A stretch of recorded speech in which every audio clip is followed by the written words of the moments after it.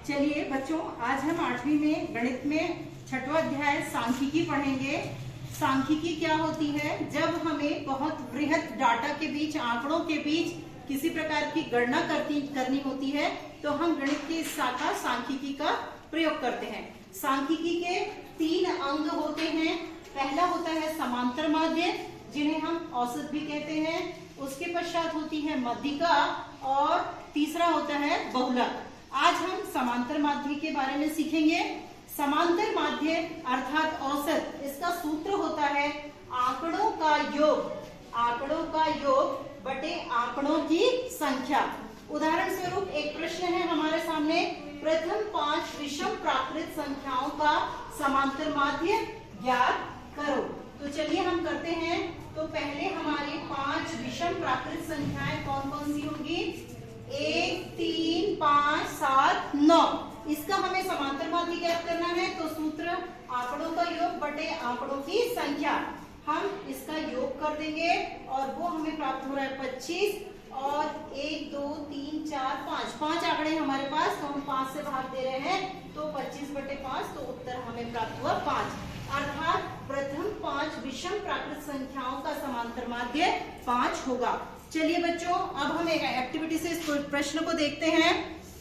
तो हमारे सामने बच्चे खड़े हैं, कुछ अंक हैं उनके हाथों में, हम उनका समांतर माध्य ज्ञात करेंगे।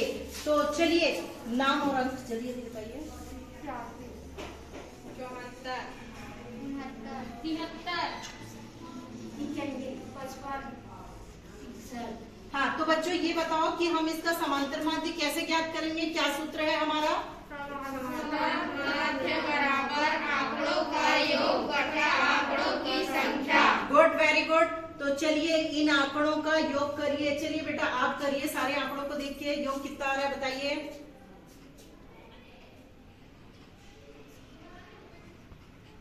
हाँ चलिए, आप लोग जिसने पहले कर लिया बताइए। 504। गुड, 504। और यहाँ पे अंकों की संख्या है, देखते हैं हम। 1, 2, 3, 4, 5, 6, 7।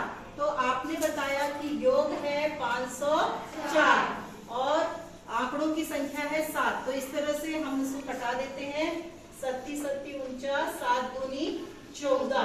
तो बच्चों बताओ समांतर माध्य कितना आएगा? कितना आएगा इसका समांतर माध्य? इस तरह से आप और कौन कौन से अपने दैनिक जीवन में समांतर माध्य किन किन समस्याओं का निकाल सकते हैं? चलिए बताइए आप में से कोई भी।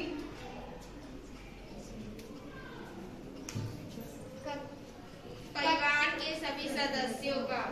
परिवार के सभी सदस्यों का। ठीक, और परिवार के सभी सदस्यों का आयु की हम समांतर माध्य निकाल सकते हैं। गुड। और क्या निकाल सकते हैं? इस कक्षा का 8वीं कक्षा में किन किन चीजों का हम निकाल सकते हैं? ऊंचाई का औसत निकाल सकते हैं। और किसका निकाल सकते हैं? वजन का निकाल सकते हैं। तो बच्चों आपको समांतर माध्य समझ में आया? गुड मॉर्निंग बच्चों, आज हम लोग सांख्यिकी के अंतर्गत आज हम लोग पढ़ेंगे मध्यिका। क्या पढ़ेंगे बच्चों? मध्यिका। मध्यिका के शाब्दिक अर्थ पे जाना है हमें। मध्यिका अर्थात मध्य का पद, यानी सबसे बीच का, बीचों बीच का जो पद है उसको हमको जानना आना चाहिए, उसको ज्ञात करना आना चाहिए, उसे हम मध्यिका कहते हैं। तो हम एक सामान्य पहले गतिविधि से इस चीज को सीखेंगे। ये मेरी उंगलियां हैं हथेली की। कितनी उंगलियां हैं बच्चों यहाँ पे?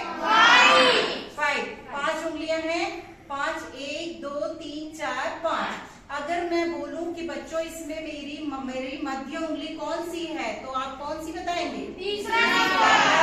तीसरा नंबर। Good, very good. तीसरा हमारा मध्य पद है। तो अगर हमको विषम ज्ञात करना है तो ये हमको बड़ी आसानी से हमने 5 के लिए निकाला है। मतलब यदि संख्याएं जो हैं विषम हैं तो मध्य पद तीसरा हुई। अब इसी चीज को हम सूत्र से देखेंगे बच्चों। चलिए इस पे सूत्र क्या बनेगा?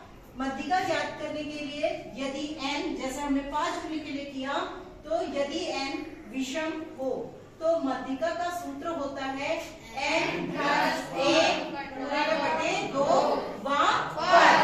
तो हम n, यहाँ पे हमारा n कितना है? 5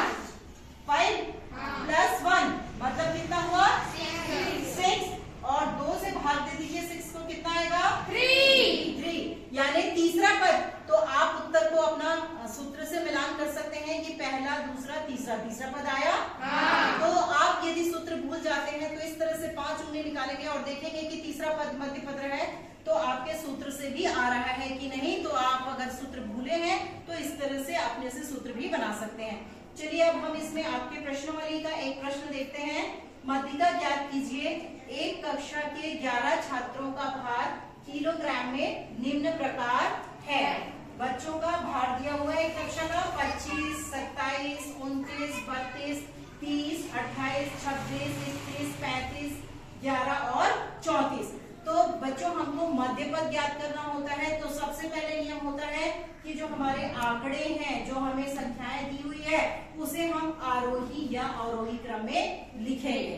ठीक है, तो चलिए हम इन संख्याओं को आरोही क्रम में लिखते हैं। तो आरोही क्रम अर्थात बढ़ते क्रम में। तो बचाओ बच्चों, सबसे छोटी संख्या क्या है? 25। और आप जो लिखते जाते हैं उसे कट करते जाएंगे ताकि आप उसे दोबारा ना लिखे। 25 के बाद छोटी क्या है? 26। 26 के बाद 27, 28, 29, 30, 31, 32, 34, 35, 40। ठीक है, आपने सबसे पहले इसे आरोही क्रम में जमा लिया। उसके बाद हम देखेंगे कि n अर्थात कितने पद हैं। तो चलिए गिनेंगे।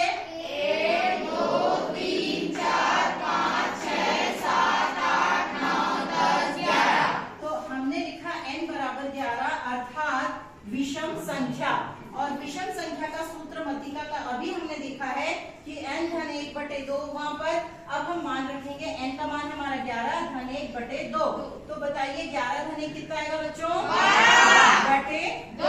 2 से इसको कटाएंगे, 2 छक्के 12 अर्थात हमें उत्तर मिला छठवां पद। अब हम आरोही क्रम वाली श्रेणी में देखेंगे कि छठवां पद कौन सा है। पहला, दूसरा, तीसरा, चौथा, पांचवा,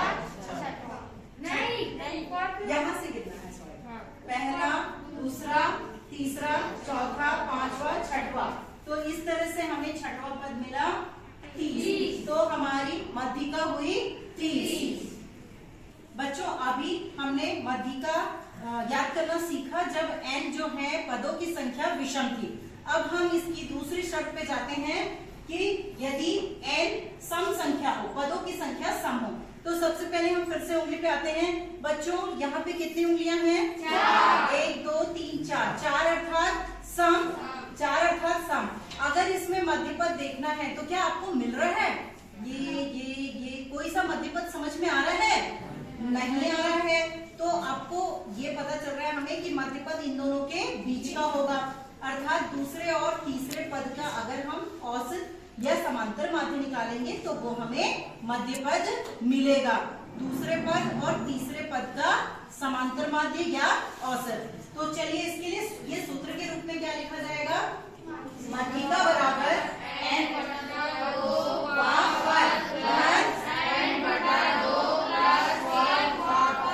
और पूरे के बटे में 2, क्योंकि हमने देखा था कि इन दोनों का हमें औसत या समांतर माध्य ज्ञात करना है। तो चलिए हमारे सामने आपके प्रश्नावली का एक प्रश्न है। माध्यिका ज्ञात कीजिए। संख्याएं हैं 4, 5, 10, 6, 7, 14, 9 और 15। तो बच्चों सबसे पहले हम आरोही या अवरोही क्रम में लिखेंगे। आरोही क्रम में लिखना अर्थात छोटे से बड़ा। तो सबसे छोटी संख्या कौन सी है बच्चों? 4। बोलते जाएंगे आगे। 5, 6, 7,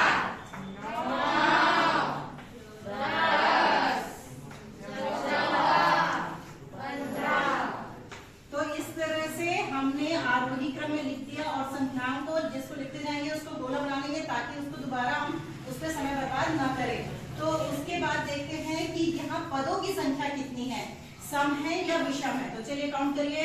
1, 2, 3, 4, 5, 6, 7, 8। हमने देखा कि n का मान 8 अर्थात कैसा आया? सम संख्या। तो सम संख्या के लिए हमारा सूत्र है, हम इसमें मान रखेंगे। चलिए बोलिए क्या होगा? माध्यिका बराबर n। n का मान कितना है हमारा? 8/2 धन n/2 मतलब 8/2 धन 1 और होना है मैडम 2।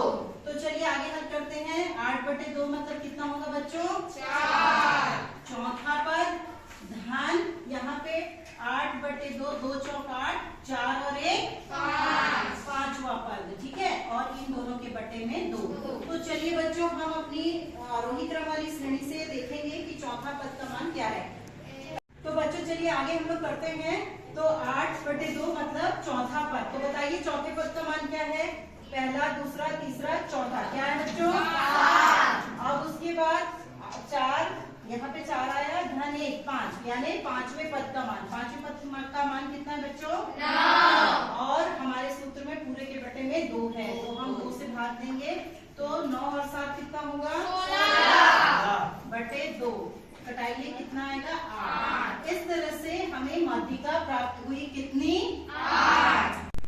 आज बच्चों हम कक्षा 8वीं में सांख्यिकी विषय पे सांख्यिकी विषय के अंतर्गत समांतर माध्य, माध्यिका एवं बहुलक एक गतिविधि के माध्यम से सीखेंगे। चलिए स्टार्ट करते हैं। मेरा वजन 35 किलोग्राम है। मेरा वजन 37 किलोग्राम है। मेरा वजन 38 किलोग्राम है। मेरा वजन 39 किलोग्राम है। मेरा वजन 30 किलोग्राम है। मेरा वजन 32 किलोग्राम है। मेरा वजन 40 किलोग्राम है। मेरा वजन 35 किलोग्राम है। मेरा वजन 30 किलोग्राम है। मेरा वजन 35 किलोग्राम है। मेरा वजन 34 किलोग्राम है। हमारे 8वीं क्लास के बच्चों का वजन औसत या समांतर माध्य के रूप में निकालेंगे। इसका सूत्र समांतर माध्य का सूत्र है आंकड़ों का योग बटा आंकड़ों की संख्या। आंकड़ों का योग 385 है। आंकड़ों बटा आंकड़ों की संख्या 11 है। इनका समांतर माध्य औसत आया है 35 किलोग्राम। अब हम अपनी कक्षा के बच्चों का माध्यिका ज्ञात, वजन का माध्यिका ज्ञात करेंगे। तो माध्यिका ज्ञात करने के लिए सबसे पहले आरोही संख्या को आरोही या आरोही क्रम में लिखेंगे। और देखो माध्यिका का सूत्र है n + 1/2। n + 1/2। तो n बराबर 1 2 3 4 5 6 7 8 9 10 11। संख्या 11 है, तो अर्थात विषम पद सूत्र n/1 n+1/2 बराबर n 11/1 + 2। तो 11 + 1 12, 12/2, 12/2 अर्थात 6। तो 1 2 3 4 5 6। माध्यिका 35 हुई। छठवां पद का मान माध्यिका 35 हुई।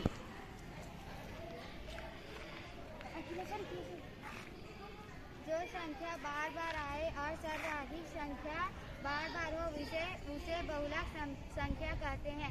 चूँकि 35 3 बार आया है, इसलिए बहुलक संख्या 35 होगी।